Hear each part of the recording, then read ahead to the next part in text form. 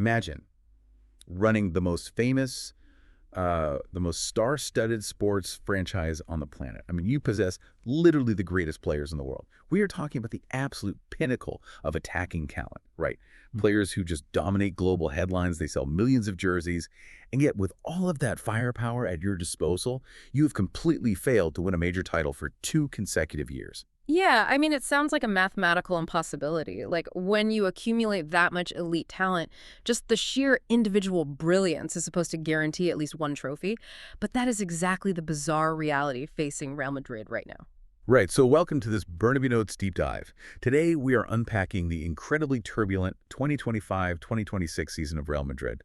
We've been looking at a massive stack of internal data, tactical breakdowns, the intense atmosphere around the club, and direct quotes from this fiercely contested presidential campaign. It is getting so ugly behind the scenes. Oh, absolutely brutal. So our mission today is to just cut through all the noise for you, the listener, and figure out exactly what is going wrong. We need to decode the crossroads this massive institution finds itself at right now because, you know, we aren't just talking about a bad season on the pitch. We're talking about a pivotal boardroom election this Sunday, a highly controversial plan to sell off parts of the club, and a massive squad rebuild that includes the rumored return of a very legendary, very polarizing manager. Exactly. And the thing is, you cannot separate the politics of Real Madrid from the sporting reality. They are entirely tied together. If you want to understand the chaos happening in the boardroom, you really have to start by looking at the undeniable failure out on the grass. I mean, the product is broken, and that is fracturing the entire power structure. Well, let's unpack that sporting reality check right now. Because if you are a Real Madrid fan,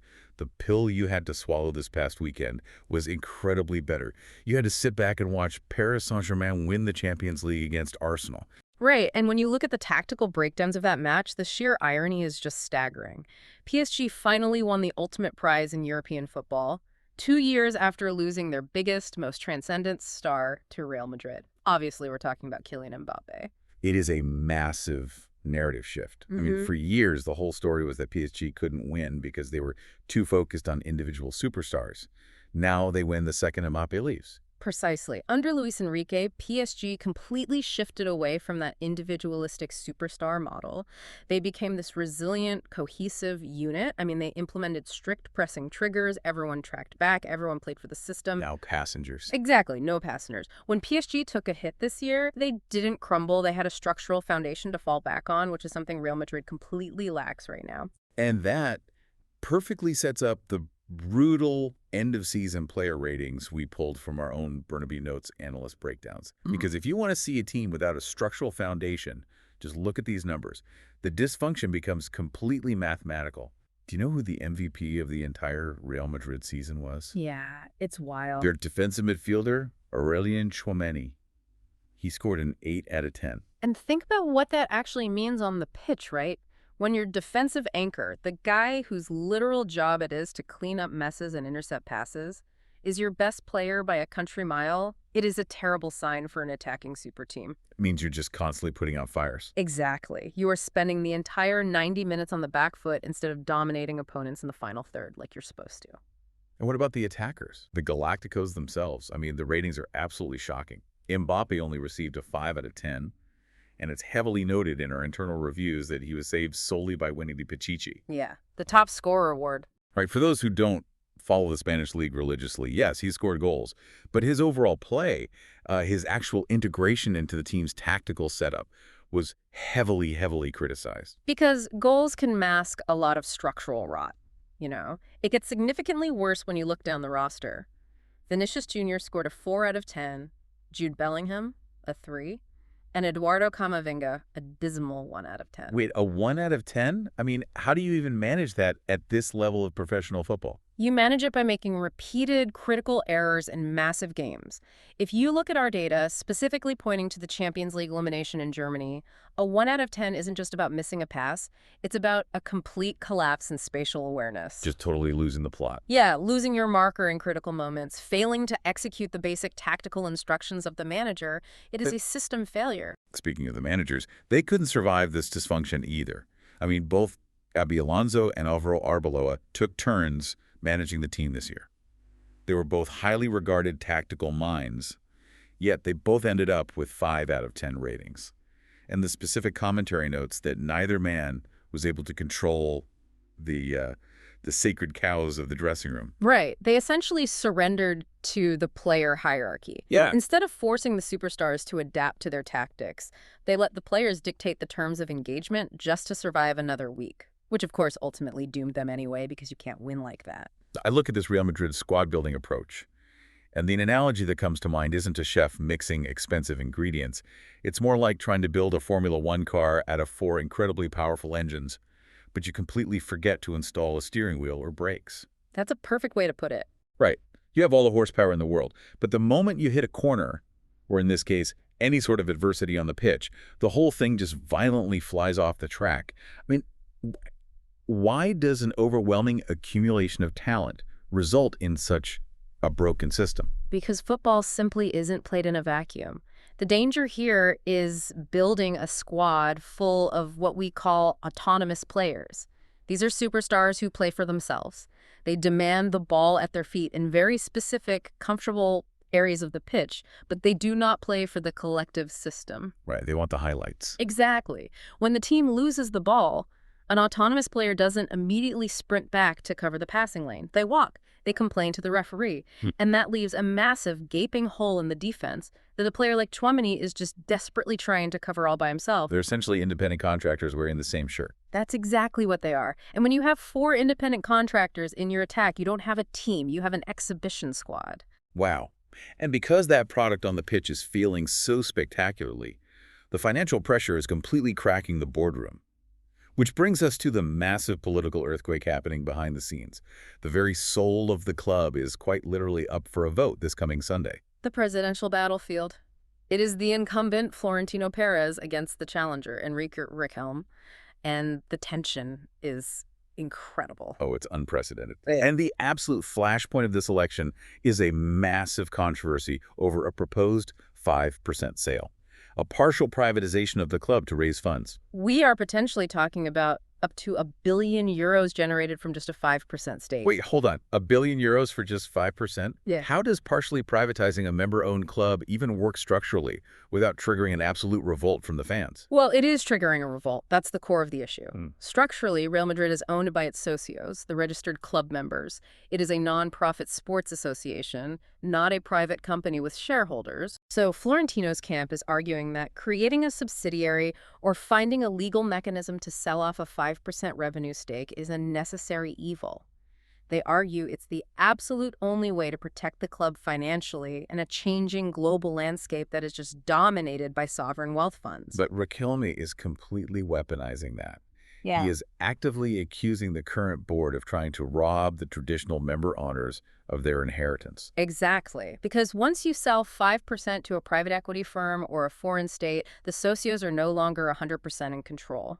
Riquelme is framing this as the ultimate betrayal of the club's democratic roots. And this clash isn't just theoretical. It is physically manifesting in how they want to use the club's incredibly valuable real estate at Valdebebas, their training ground. Yeah. I mean, the blueprints these two men have laid out couldn't be more different. Florentino wants to build a Silicon Valley-style European tech hub. Right. He wants to generate massive, diversified corporate revenue. He is looking at bringing in top tech firms to partner with the club, creating an ecosystem that generates money 365 days a year, completely independent of whether the ball actually goes into the back of the net. Now, contrast that immediately with Riquelme's vision. He's pitching something called the Ciudad del Socio, Socio City. It's a €250 million project aimed directly, physically, at the fans. We're talking about building a 15,000-seat arena, swimming pools, and 46 padel and tennis courts on that exact same land. It is a fascinating juxtaposition. It really shows the two different souls of the club right now. We actually have a scathing quote from Florentino from his recent campaign rally in Toledo. He stood there and absolutely mocked Riquelme's plan. He called it an outdated project of pools and padel courts sitting on land worth over €1 billion. He accused Riquelme of just wanting to build his personal brand instead of securing the club's long-term future. It is a brutally sharp critique, but we really have to unpack the philosophical divide here. Imagine you are a lifelong local fan holding a ballot this Sunday. Do you vote for the Silicon Valley hub, accepting that Real Madrid is a multinational corporation that needs billions to compete with Manchester City? Or do you vote for the pedal courts because you just want a place to take your kids on a Saturday? It's exactly like a heated city council debate. Do you zone the land for a massive commercial center to secure the town's financial future for the next 50 years? Or angry fans? Honestly, it's likely a bit of both. Riquelme is tapping directly into the emotional alienation of the local fans. These are the socios who feel entirely left behind by the global corporate machine.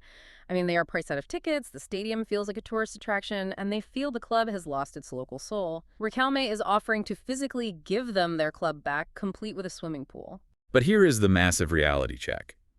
Whoever wins this ideological battle on Sunday still has to wake up on Monday morning and fix the broken, disjointed football team we were just talking about. And looking at the chatter across all our internal material, the first step is instilling absolute, uncompromising discipline. Because the sacred cows have been running the pasture for entirely too long. Which leads us to the most explosive rumor we've uncovered. José Mourinho has reportedly agreed to a 3-year contract, keeping him at Real Madrid until 2029. And this is entirely pending the results of Florentino winning the election. The return of the ultimate authoritarian. It's wild to even think about. But I keep getting stuck on this Mourinho hiring. Yeah. It feels exactly like getting back together with a volatile ex from a decade ago just because you're currently lonely and things are going badly at work. Like, is Mourinho actually the tactical answer for modern football in 2026? Or is he just a heavy-handed enforcer brought in to terrify these underperforming megastars? To understand this, you really have to look at the psychology of sports executives. During times of severe player revolt or systemic laziness, executives almost inevitably, reflexively turn to authoritarians. It's a panic button. It is entirely a panic button. Remember, Xabi Alonso and Arbeloa were viewed as bright, modern, tactical minds, and they completely failed to control the dressing room. The board likely views tactical nuance as entirely useless right now. I mean, it doesn't matter how brilliant your modern pressing triggers are if the players simply roll their eyes in the video session and refuse to respect your authority. So how does Mourinho actually fix that? He doesn't just yell louder. No. Mourinho breaks egos through psychological warfare and rigorous control. He strips away the ball in training. He forces these autonomous megastars to suffer through grueling, defensive low-block drills until they either submit to the collective system or they demand a transfer. It's not about the X's and O's of 2026 football. It's about breaking the autonomy of the players. Mourinho is the ultimate antidote to player power. But even Mourinho needs soldiers to execute that low block. And the situation in the Real Madrid defense is, frankly, dire. David Alaba is gone. Eder Militão missed major time with injuries. And while Antonio Rudiger just renewed his contract until 2027, right in the middle of this electoral chaos, the team desperately needs at least one, probably two, top-tier center backs just to survive. And there is a very specific short list of targets emerging in our analysis. Let's look at the profiles they are debating, because it tells you a lot about how they want to play next season. First, you have Ibrahima Konate, who is just officially released by Liverpool. He is a massive physical enforcer. That matches Mourinho's aggression perfectly. But then you contrast him with Nico Schlotterbeck. He has a €50 million release clause at Borussia Dortmund. He isn't as physically dominant as Konate, but he offers that crucial left-footed distribution from the back, which they desperately need to build out of a high press. Right. They're also closely looking at Josko Gvardiol. But he would be a highly expensive option to pry away from Manchester City, and there's a massive risk there as he's currently recovering from a tibia injury. I mean, do you really spend that kind of money on a healing bone? That's the huge gamble. Yeah. And finally, there is Alessandro Bastoni from Inter Milan, who is valued somewhere in the 60 to 70 million euro range. Which raises a massive question. How do you justify spending 70 million euros on a center back when you've just spent the last 5 years accumulating €1 billion worth of attackers? But, that is the unwritten rule of Real Madrid politics. A strict manager and a couple of reliable defenders won't win you an election. In this environment, elections demand shiny new offensive toys. Oh yeah, the famous transfer wars are heating up. Let's look at a very revealing quote from Florentino in a recent interview. He was defending Mbappe's highly criticized season, and he stated that Mbappe was played out of position as a number 9, which, and I quote, dislocated him. That is an incredibly specific, deliberate choice of words from a club president right in the middle of a campaign. For the casual fan, a true number 9 is a center forward who plays with his back to the goal, wrestles with center backs, and creates space. Mbappe doesn't want to do that. He wants to start on the wing, face the defender, and use his speed. By saying the system dislocated him, our internal analysts suspect this is a massive, thinly veiled hint that Florentino plans to buy a true, elite center forward so Mbappe can finally return to his natural position on the wing. Right. He is telegraphing a massive purchase. But Riquelme isn't staying quiet either. He is actively teasing a massive, unnamed signing of his own. And the heavy speculation from our team points directly toward Erling Haaland. It's a direct political counterpunch. If Florentino implies a striker, Riquelme promises the biggest striker in the world. And then there's the Rodri situation. The Spanish star is waiting until after the 2026 World Cup to decide his future. With Pep Guardiola leaving Manchester City, Rodri has intentionally not closed the door on Real Madrid.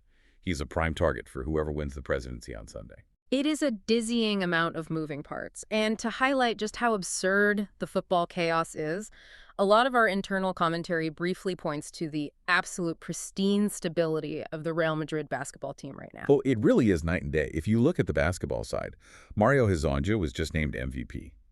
Walter Tavares made the second-best quintet.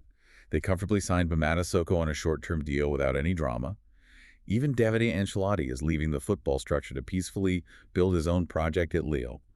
The basketball team has a clear hierarchy, absolutely no galactical politics, and it is functioning perfectly. It throws the dysfunction of the football squad into incredibly sharp relief. I mean, the basketball team operates like a meritocracy. The football team operates like a political campaign. Which brings us to the core of this entire deep dive, because I have to point out the glaring irony here.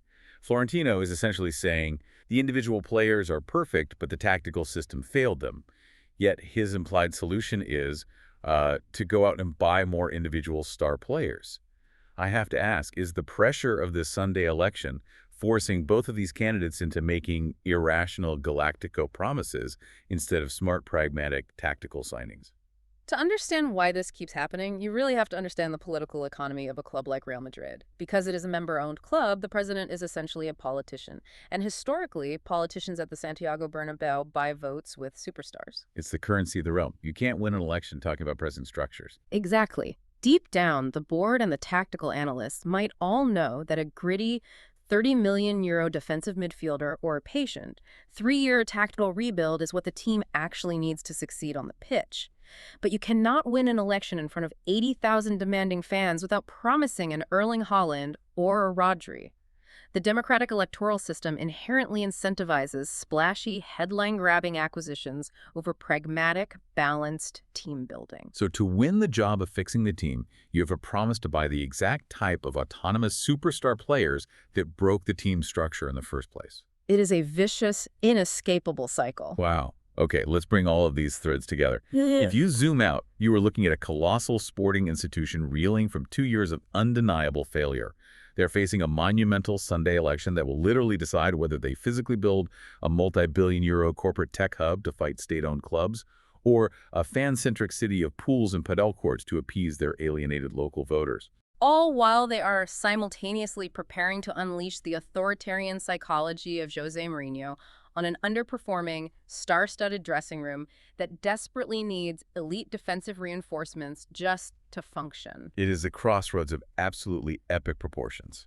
And it leaves you with a final, lingering thought to mull over long after you finish listening to this deep dive. We always celebrate the romance of fan-owned sports clubs. But in a modern football landscape that is increasingly dominated by the bottomless, state-backed wealth of sovereign funds, does the traditional democratic fan-voted model of Real Madrid actually force its leaders to make irrational headline-grabbing promises just to win elections? And by doing so, are they ultimately sabotaging the very team they're desperately trying to save? It's the ultimate paradox. To keep the club in the hands of the fans, the politicians might just have to destroy the tactical balance on the pitch. It really makes you look at that broken Formula One car differently. You can gather all the most expensive, powerful engines in the world, bolt them together to win an election, and sometimes, well, you just end up with a very expensive, very fast crash. Thanks for joining us on this Bernabeu Notes deep dive. We'll see you next time.